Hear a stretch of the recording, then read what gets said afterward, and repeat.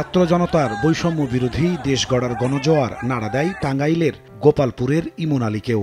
শুরু থেকেই সামনের সারিতে ছিল এই কলেজ ছাত্র।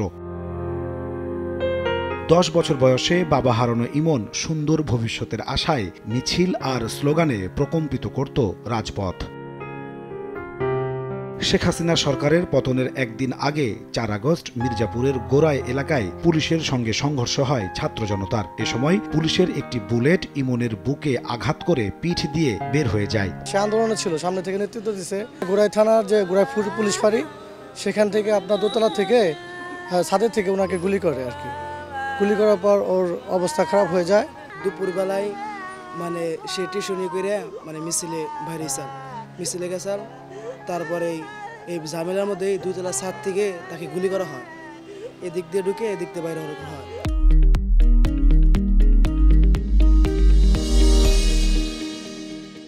স্থানীয় হাসপাতাল থেকে ঢাকায় পাঠানো হলেও পথে তল্লাশি করে পুলিশ।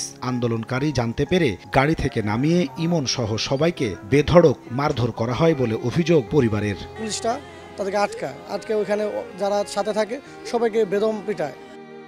ওই যে ছেলেটা গুলিবিদ্ধ হয়েছিল ইমনকেও মারে। এমনকি যে জায়গায় গুলি লাগছে সে জায়গায় পুলিশের ওই যে আপনার বন্দুকের ঘাড়া দিয়ে ঘাওয়ায়ও। ঢাকা যাওয়ার আগেই ফিরানোর পরে তাদেরকে খুব মারধর করে পুলিশে। তাদের তো মারছেও, শার্ট প্যান্ট খুইলেও মারছে পুলিশে। তা যে রুগী যার গুলি রোধ করা হয়েছে তাকে উঠে যেখানে গুলি লাগছে ওখানেও বাইরেছে, পুরো শরীর হুদ্দা বেরিয়েছে আর ঘাওয়াইছেও।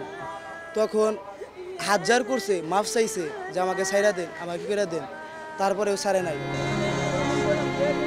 পরে রাজধানীর উত্তরায় একটি বেসরকারি হাসপাতালে লাইফ সাপোর্টে রাখা হয় ইমনকে। সেখানে 2 দিনে 1 লাখ টাকা বিল ধরিয়ে দেওয়া হয়, যা পরিশোধ করতে ধার দেনা করে ইমনের মা রিনা বেগম। খরচ জোগাতে না পেরে ইমনকে ঢাকা মেডিকেল কলেজ হাসপাতালে নিয়ে যায় পরিবার। এখন তো ও যখন একটু বড় হয়েছে তখন ছাত্রছাত্রী পড়ে তো টাকা টুকা দিত, ওর মাকে সাহায্য করতো। এখন তো ওদের ফ্যামিলিতে সাহায্য করার মতো কেউ নাই। এখন ও যদি মারা যায় তাহলে ওর ফ্যামিলি মারা যাবে। মাসের বাড়িতে কাজ করে খাইতো, ওর স্বামী নাই, 3টা চিংড়ি দিয়ে মারা গেছে আমার দুলাভাই। কিন্তু এই ছেলে মাসের বাড়িতে কাজ করে কষ্ট করে লেখাপড়া করাইতো। এখন যদি এই ছেলে কিছু হয় তাহলে তো মনে করি যাকে ফ্যামিলি একবারে ইয়ে যাবো।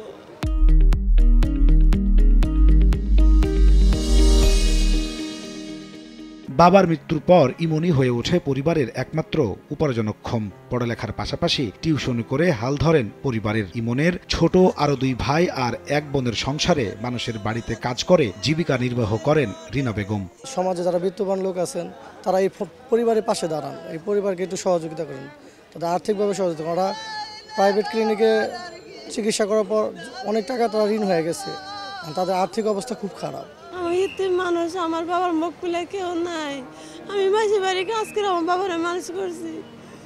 আমি সময়ের খাবার সময় খাই না, মাসির কথা হই না, আমি কাজ করে মানুষ করছি। আমার বাবার ভিক্ষা দেওয়া যায় না।